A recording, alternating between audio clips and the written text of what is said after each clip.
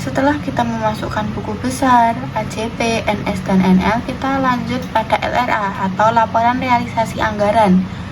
Nah, pada laporan realisasi anggaran ini kita memasukkan pendapatan operasional, kemudian belanja operasional, serta belanja modal. Nah, kita memasukkan pendapatan dan belanja ini kita ambil dari NL bagian neraca saldo disesuaikan. Maka di sini untuk pendapatannya, pendapatan pajak hotel LRA dia sebesar 8.500.000, kemudian pendapatan pajak restoran LRA sebesar 7.500.000, pendapatan pajak reclaim LRA sebesar 7 juta, pendapatan pajak penerangan jalan LRA sebesar 16 juta, pendapatan PBB pedesaan dan perkotaan LRA sebesar 18 juta, kemudian pendapatan BPHTB LRA sebesar 10 juta, maka diperoleh jumlah pendapatannya sebesar 67 juta.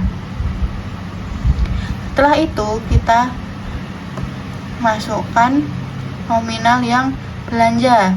Ini juga sama ya, kita ambil dari NL bagian neraca saldo disesuaikan. Di sini belanja gaji itu sebesar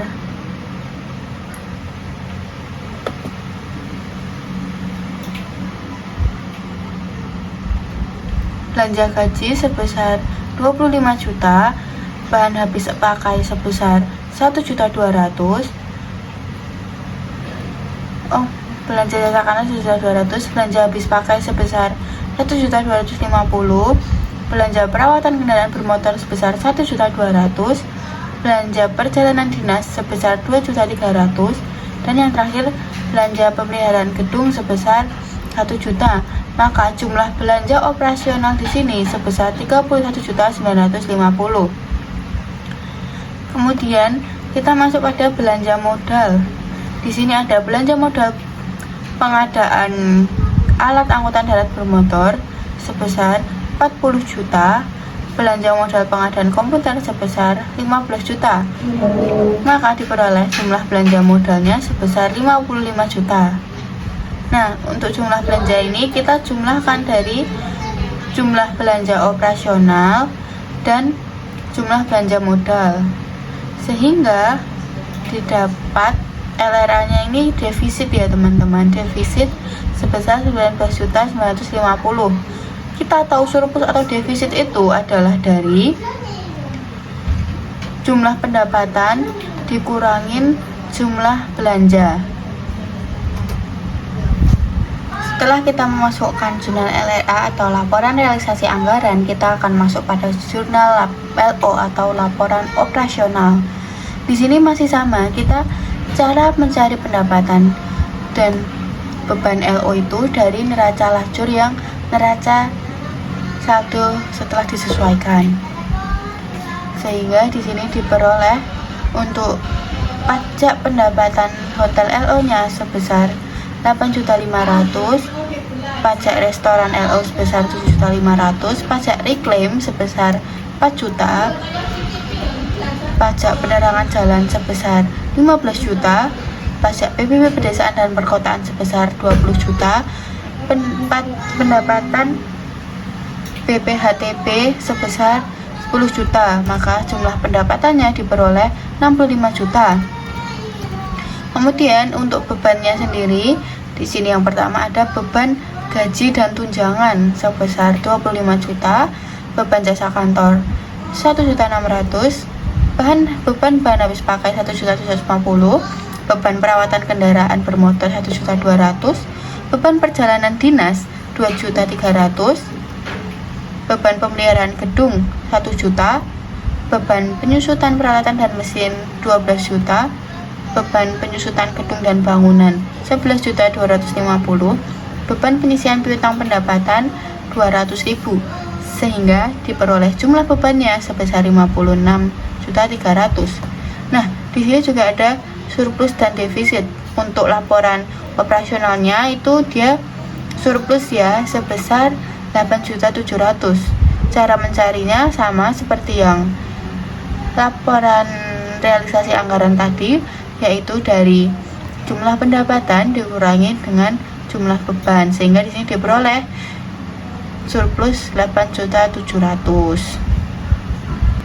Kemudian setelah laporan operasional, di sini ada laporan perubahan ekuitas. Di sini ada ekuitas awal.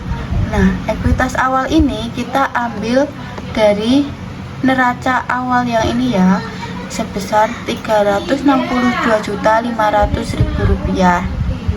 Maka di sini ekuitas awalnya sebesar Rp362.500.000.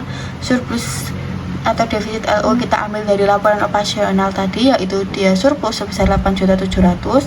Dan RKPPKD ini kita ambil dari neraca lajur ya teman-teman. Di sini terdapat 27.650. Untuk ekuitas akhirnya sendiri tinggal dijumlahkan saja ketiganya dari ekuitas awal, surplus atau defisit LO, dan RKPPKD, sehingga laporan perubahan ekuitas di sini ekuitasnya berubah menjadi Rp300.098.850.000. Dan yang terakhir ini ada neraca. Ini salah ya teman-teman, ini harusnya neraca. Di sini fungsi dari neraca ini adalah menyeimbangkan antara aset, baik aset lancar maupun aset tetap, dengan kewajiban dan ekuitasnya. Nah, untuk yang tahun 2021 ini kita bisa ambil dari neraca lajur, yang bagian neraca, bagian yang ini ya, bagian yang paling ujung sini, bagian neraca.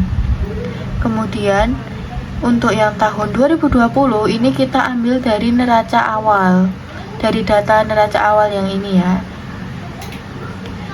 Jadi ini tinggal dimasukkan saja sesuai nominalnya. Kalau yang tahun 2021 kita menggunakan nominal yang ada di neraca lajur, bagian neraca yang paling kanan. Kemudian untuk yang tahun 2020 kita masukkannya berdasarkan neraca awal. Nah, sehingga